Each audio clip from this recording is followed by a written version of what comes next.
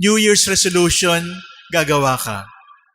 O kaya hindi lang New Year's resolution, mangangako ka, papayak na ako. Mangangako ka, hindi na ako kakain ng maalat at saka matamis. Mangangako ka, hindi na ako magmumura. Mangangako ka, uuwi na ako ng tama. Marami tayong pangako, pero bakit hindi tayo makapagbago ng buhay? The answer, my dear brothers and sisters, is this.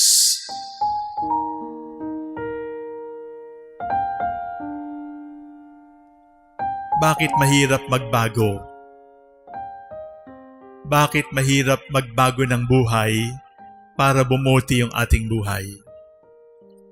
Iyon ang gustong sagutin ng salita ng Diyos para sa araw na ito. Sa unang pagbasa, si Jonah ay nangaral ng pagbabalik loob at pagsisisi. In the Gospel, the Lord opens His mouth for the first time in His public ministry and says, "Repent and believe in the Gospel." Iba-iba ho ang conversion. Iba-iba ang pagbabago. Mayroong pagbabago mula sa masama at papuntang kabutihan. Iyan ang conversion ni Jonah. Mayroong pagbabago mula mabuti papuntang mas mabuti. Iyan ang tawag ng mga apostoles. Wala naman silang ginagawang masama, pero tinawag sila para sumunod sa Panginoon sa mas mataas na kabutihan. Pero mayroon ding pagbabago na galing din sa kabutihan. Yung bang you are already in a better position and you aim to be even better than that, to be the best. It is also conversion. It can be conversion from bad to good. It can be conversion from good to better. It can be conversion from better to best. Kapag ganoon ang definition ng conversion, maliwanag po na hindi tayo pwedeng tumigil sa pagbabago. Hindi tayo pwedeng tumigil at sabihin natin, wala na akong kasalanan. Hindi tayo pwedeng tumigil at sabihin, wala naman akong ginagawang masama. Because the call for conversion is an ongoing process. It does not end with one event. It does not end with one confession. The voice of the Lord, repent and believe the gospel, is a constant voice. To the firstborn right now, up to Pope Francis, to the eldest human being living on earth, our challenge is ongoing conversion. Balik tayo sa tanong, pero bakit ang hirap magbago? Ang hirap magbago at magbalik loob at umiwas sa masama. New Year's resolution, gagawa ka. O kaya hindi lang New Year's resolution, mangangako ka, papayak na ako. Mangangako ka, hindi na ako kakain ng maalat at saka matamis. Mangangako ka, hindi na ako magmumura. Mangangako ka, uuwi na ako ng tama. Marami tayong pangako, pero bakit hindi tayo makapagbago ng buhay? The answer, my dear brothers and sisters, is this. Conversion is not an evolution. Evolution is slow. It is a process. Conversion is not slow. It is not an evolution. Conversion is revolution. Ibig sabihin, mahirap, masakit, pero dapat gawin. Kaya kung ayaw mo ng hirap, hindi ka talaga magbabago. Kung ayaw mo ng hirap, bakit mo iiwanan yung leche flan o chicharon? Masarap eh. But conversion is not evolution. It is not a slow process. In fact, it is a dramatic event because it calls for sometimes even blood and tears and sweat. Bakit tayo nahihirapang magbago? Naalala ko lang po ang tatay ko. At hanggang ngayon, kahit matagal na siyang patay, ay yung aral pa rin niya ang gumagabay sa akin. 3 aral galing kay tatay tungkol sa pagbabago. Una, sabi niya sa akin, nung paalis na ako ng bahay, papuntang seminaryo, it was dramatic. It was a 180-degree turn. Di pa ako nakatulog sa ibang bahay. Di pa ako nakatulog ng matagal wala sa aming bahay. Pero ngayon, iiwanan ko yung bahay. Ang unang sabi ni tatay, tiyakin mo. Be sure. Be sure where you want to go. Tiyakin mo kung saan ka papunta. At kapag natiyak mo kung saan ka papunta, ang lahat ng daan palihis, iwasan mo. Later on, we understood it.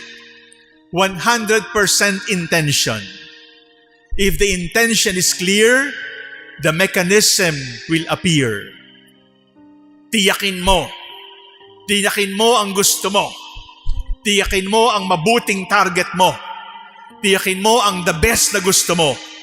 At lahat ng lihis doon, lahat ng pagpapabagal sa iyo, iwanan mo. Be sure of where you want to go. And against all odds, by all means, focus. Tiyakin mo. Pangalawang payo ng aking tatay ay tiisin mo. Pinili mo yan, tiisin mo. Hindi ka mabubuhay bilang marangal na tao kung hindi ka marunong magtiis. Hindi lahat ng bagay ay aayon sa gusto mo. Ginusto mo yan, tiisin mo. Kung gusto mong magbago at tiyak kung saan mo gustong pumunta, tiisin mo. Kailangan mong tiisin sapagkat ang buhay na madali ay hindi mo maipagmamalaki. Kailangang matuto tayong magbago mula sa buhay na madali sa buhay ng pagtitiis, sapagkat sa buhay ng pagtitiis mayroong pangarap na makakamit. Alam na natin yon. Kung may tiyaga, may nilaga. Pero ayaw natin ang nagtitiis. Ayaw natin ang nagtitiyaga. Kaya hindi rin tayo makapagbago. Tiyakin mo, tiisin mo. Ang pangatlo sa pagbabago, pakisamahan mo. Pakisamahan mo yung hindi naniniwala sa iyo. Pakisamahan mo yung umaaway sa iyo. Pakisamahan mo yung naninira sa iyo. Pakisamahan mo silang lahat sapagkat pwede silang maging kaibigan. Pwede kayong maging magkaibigan. Conversion becomes difficult because we don't like to be converted from being selfish to being other-centered. Gusto natin makisama sila sa akin. Pero ang tunay na pagbabago, ikaw ang makikisama sapagkat ikaw ay kasapi, kabalikat ng pamayanang ito, ng grupong ito. Now, my dear brothers and sisters, my father was not original. Because even before my father adopted those as principles of life, Jesus already taught us, kailangan mong magbago. Sapagkat kapag hindi ka nagbago, magiging bato ka. Hindi na nagbabago. Kailangan mong magbago. Sapagkat ang pagbabago ay tanda ng buhay. Kailangan mong magbago sapagat ang pagbabago ay kalooban ng Diyos para sa iyo. Mahirap, masakit, totoo, masakit at mahirap ang pagbabago. Pero sa kabila ng iyon, maganda pa rin ang pagbabago. Tiyakin mo kung saan mo gustong pumunta. Tiisin mo ang lahat ng pasanin. Pakisamahan mo ang lahat ng hindi maniniwala sa iyo. Mararating natin ang pagbabago. May pagmamalaki natin ang ating sarili at matatagpuan natin ang Panginoon sa tuloy-tuloy na pagbabago. Repent and believe the gospel. The kingdom of God is at hand.